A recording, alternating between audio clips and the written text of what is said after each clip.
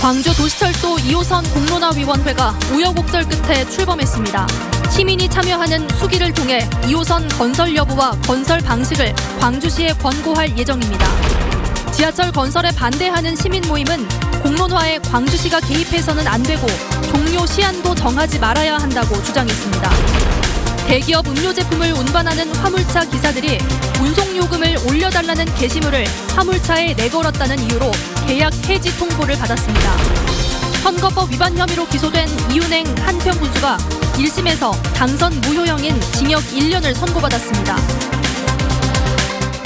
여러분 안녕하십니까? 광주 MBC 뉴스데스크입니다.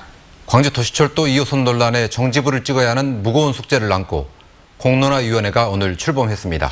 11월 10일까지 촉박한 일정 속에 시민들이 납득할 만한 결론을 끌어낼 수 있을지 기대와 우려가 교차하고 있습니다. 먼저 정용욱 기자입니다. 교수와 변호사 등 7명으로 구성된 도시철도 2호선 공론화위원회가 출범과 함께 첫 회의를 열었습니다. 시민 참여형 수기 방식을 위한 의제 설정과 추진 일정, 운영 방안 등을 논의했습니다.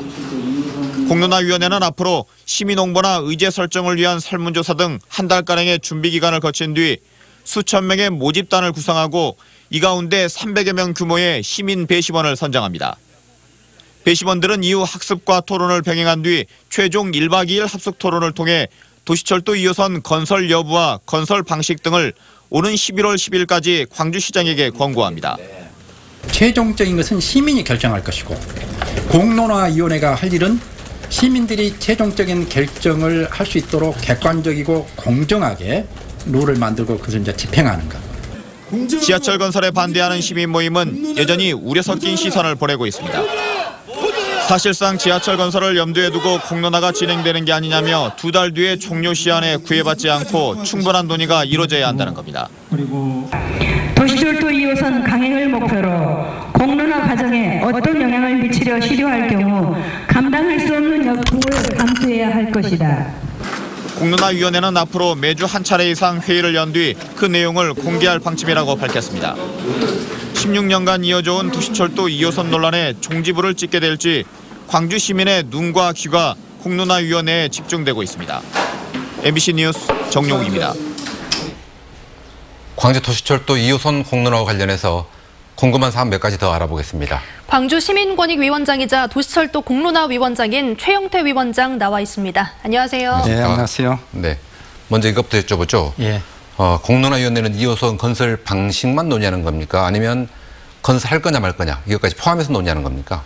예, 의제와 관련해서는 단순 명료한 게 좋다고 생각이 되거든요. 네. 신거리의 경우는 원자력 발전소를 건설할 것이냐, 네. 중단할 것이냐 이렇게 단순 명료했기 때문에 성공했고 대입제도 부분은 이제 의제가 4개나 되고 전문가들도 판단하기 어려운 의제를 시민들에게 선택하라고 했고 그래서 실패했다고 그렇게 평가를 하고 있습니다. 네. 도시철도 경우는 먼저 상장할 수 있는 것은 지하철을 건설할 것이냐 말 것이냐 이렇게 하는 물음이 하나 있을 수 있고 네.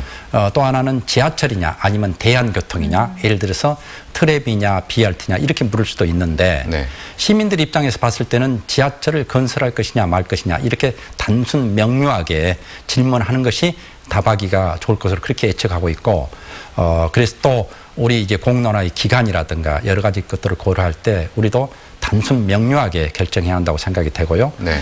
다만 이 찬반 양측의 의견을 수렴한 다음에 이번 주 금요일 날 최종적으로 결정하기로 했습니다. 네.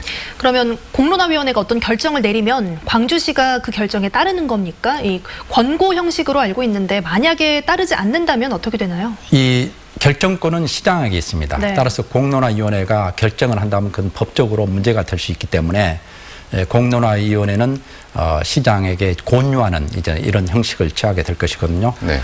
그런데 시장님이 여러 차례에 걸쳐서 건설 방식이 되었든 수기 방법이 되었든 이런 부분들에 대해서는 공론화위원회의 결정에 따르겠다고 그렇게 말씀하셨습니다. 따라서 제 판단으로는 공론화위원회가 결정을 하면은 시장님이 그것을 존중해서 최종 결정할 것으로 믿고 있고요. 네. 만약에 그것을 따르지 않는다면 이건 큰 혼란이 야기시키기 때문에 그럴 거라면 애당초 공론화를 시도하지 않는 게 옳았다고 생각하고 있습니다. 네. 도시철도 2호선 문제는 16년째 논란입니다. 네. 그만큼 복잡한 사안이죠. 그렇죠. 수기 조사를 한다지만 2달도 안 되는 짧은 기간 동안에 좋은 답을 찾아낼 수 있겠습니까? 신고리의 경우도 3개월 정도 걸렸거든요. 네. 저희들의 경우 이제 8월부터 이 논의가 시작됐기 때문에 11월 10일까지 하면 3개월 정도 걸립니다. 그리고 이제 지금부터로 한다면 약 2달 정도 남아 있는데요. 한 달 동안은 이제 준비 단계로 설정을 했습니다. 그래서 공론화를 설계를 하고 그리고 시민들에게 공론화에 대한 홍보를 하고 그다음에 여론조사 업체를 선정을 하고 이런 식으로 이제 준비를 하게 되고요. 그리고 이제 한 달은 여론조사를 해서 표본을 수집하고 그다음에 그들을 대상으로 그다음에 이제 배심원단을 모집을 하고 배심원들에게 충분한 정보를 주고 그리고 1박 2일 정도 이렇게 하는 이런 식으로 해서 한 달 동안에 소화를 할 수 있다고 생각을 하고 있습니다. 그러면 시민 배심원단의 역할과 책임이 참 막중할 것 같은데 그렇죠. 어떻게 구성하고 운영하실 생각이세요? 시민 배심원들은 이제 한 달 동안은 홍보를 통해서 이 공론화에 대한 취지를 시민들에게 소개를 하고 그리고 나서 수천 명을 대상으로 이제 여론조사를 합니다. 지하철에 대해서 어떻게 생각하느냐 찬반을 묻고 그다음에 이제 성별, 연령 이런 것들을 묻고 그리고 최종적으로 공론화 과정에 시민 배심원단으로 참여할 의사가 있느냐 이런 것들을 묻게 되죠. 그래서 이제 한 몇천 명을 갖다가 조사를 하고 나면 그 다음에는 찬반 비율 그리고 성별, 연령별, 지역별 이런 것들을 종합적으로 고려해 가지고 300명 내 정도를 갖다가 선정을 하게 됩니다. 그래서 이 300명이 최종적으로 이제 지하철을 할 것이냐 말 것이냐 혹은 대안 이런 것들에 대해서 결정권을 갖게 되는 것이죠. 따라서 공론화위원회라는 것은 결정하는 주체가 아니고 시민들이 그런 결정을 할 수 있도록 정보를 제공해주고 그리고 공정하게 관리하는 그런 합리적 토론판을 만들어주는 것. 이게 이제 공론화위원회의 역할이죠. 그래서 얼마만큼 중립적이고 공정하게 이것을 시행하느냐. 이게 성패의 갈림길이라고 생각합니다. 네, 많은 시민들이 수긍할 수 있는 합리적인 결론을 기대하겠습니다. 네, 감사합니다. 고맙습니다. 고맙습니다.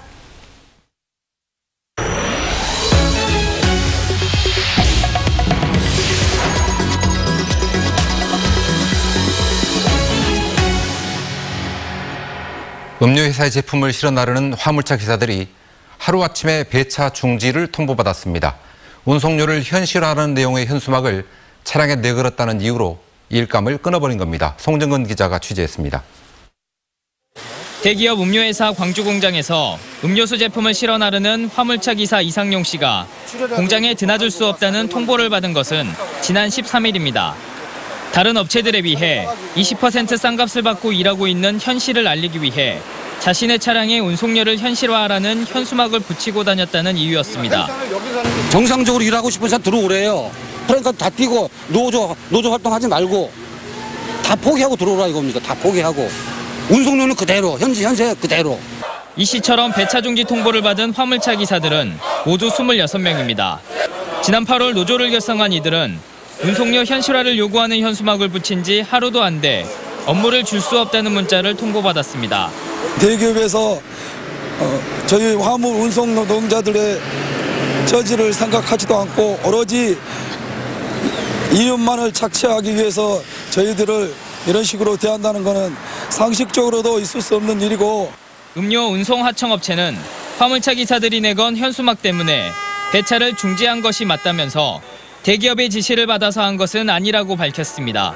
저희들이 한 번도 계약 해지를 하겠다라는 이야기를 해본 일이 없습니다. 오늘까지도 현장에 복귀하면 바로 일을 시키겠다라는 이런 생각을 가지고 있죠. 이 음료회사 광주공장에서 제품을 실어 나르는 50여 명의 화물차 기사들 가운데 절반가량이 사실상의 고인 배차 중지 처분을 받았습니다. 현수막을 떼지 않으면 일을 주지 않겠다는 운송사 측은 대체 인력을 투입한 상태입니다. MBC 뉴스 송정근입니다. 선거법 위반 혐의로 기소된 이윤행 한평군수에게 법원이 당선 무효형인 징역 1년의 실형을 선고했습니다. 수사나 재판을 받고 있는 광주 전남 단체장들의 사법 처리 결과에도 관심이 모아지고 있습니다. 보도에 문현철 기자입니다. 이윤행 한평군수가 굳은 표정으로 법원을 빠져나옵니다. 광주지방법원 목포지호는 선거법 위반 혐의로 기소된 이 군수에게 징역 1년의 실형을 선고했습니다. 이 구술은 항소 의사를 밝혔습니다. 주택사 한편 국민들한테 죄송하고요. 이렇게 법정에서 소송할 때가 아닌데 참 안타깝습니다. 어쨌든 항소심에 가서 변호인들하고 상의해서 항소심 하겠습니다. 이윤행 한편 군수는 지난 2016년 지인에게 신문사를 창간해 줄 것을 제안하고 창간 비용 등으로 5천만 원을 제공한 혐의를 받고 있습니다. 이 군수는 혐의를 부인했지만 1심 재판부의 판단은 달랐습니다. 법원은 언론 매체를 선거에 이용해 지지 기반을 형성하고 공론화의 장에서 민의를 침범한 범죄가 매우 불량하다며 징역형을 선고했습니다. 다만 확정 판결이 아니고 현직 군수인 점을 감안해 법정 구속을 하지 않았습니다. 이윤행 군수의 당선 무효형 선고는 광주 전남 지역 6.13 지방선거 당선자 가운데 처음입니다. 현재 15명 안팎의 광주 전남 지역 단체장이 선거법 위반으로 수사나 재판을 받고 있습니다. MBC 뉴스 문현철입니다.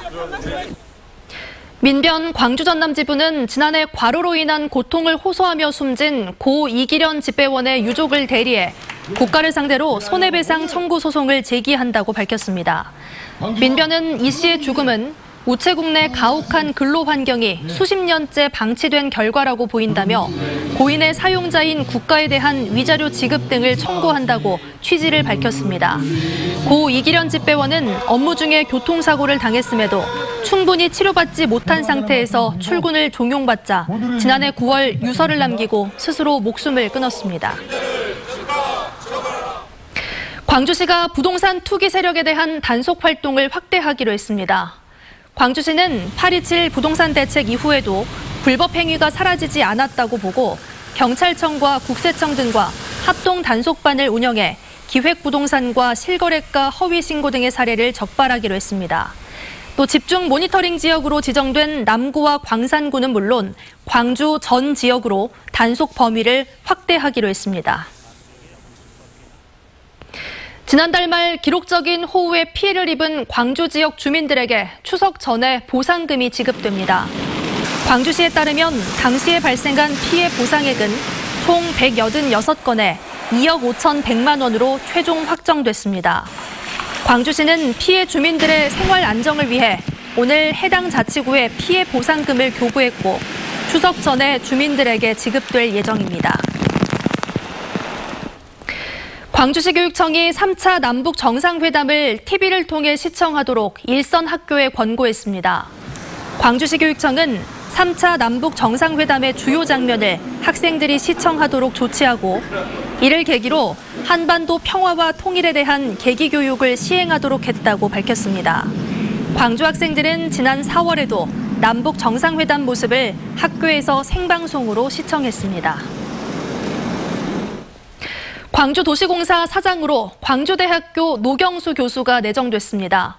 노경수 교수는 도시재생 분야의 전문가로 지방선거 당시 이용섭 후보 선대본부에서 활동했고 민선 7기 인수위 격인 광주혁신위원회에서 도시재생 분과위원장을 맡았습니다. 광주시는 신원조회 등의 절차를 거쳐 추석 연휴 직후에 인사청문 요청서를 시의회에 보낼 예정인데 청문회 과정에서 큰 문제가 없다면 10월 중순쯤 사장으로 임명될 것으로 보입니다. 2018 세계 인권도시 포럼이 다음 달 18일 광주에서 개막됩니다. 이번 행사에는 총 1,800여 명이 참여하며 프로그램은 전체 회의와 정책 회의 등 7개 분야 28개 섹션으로 구성됩니다.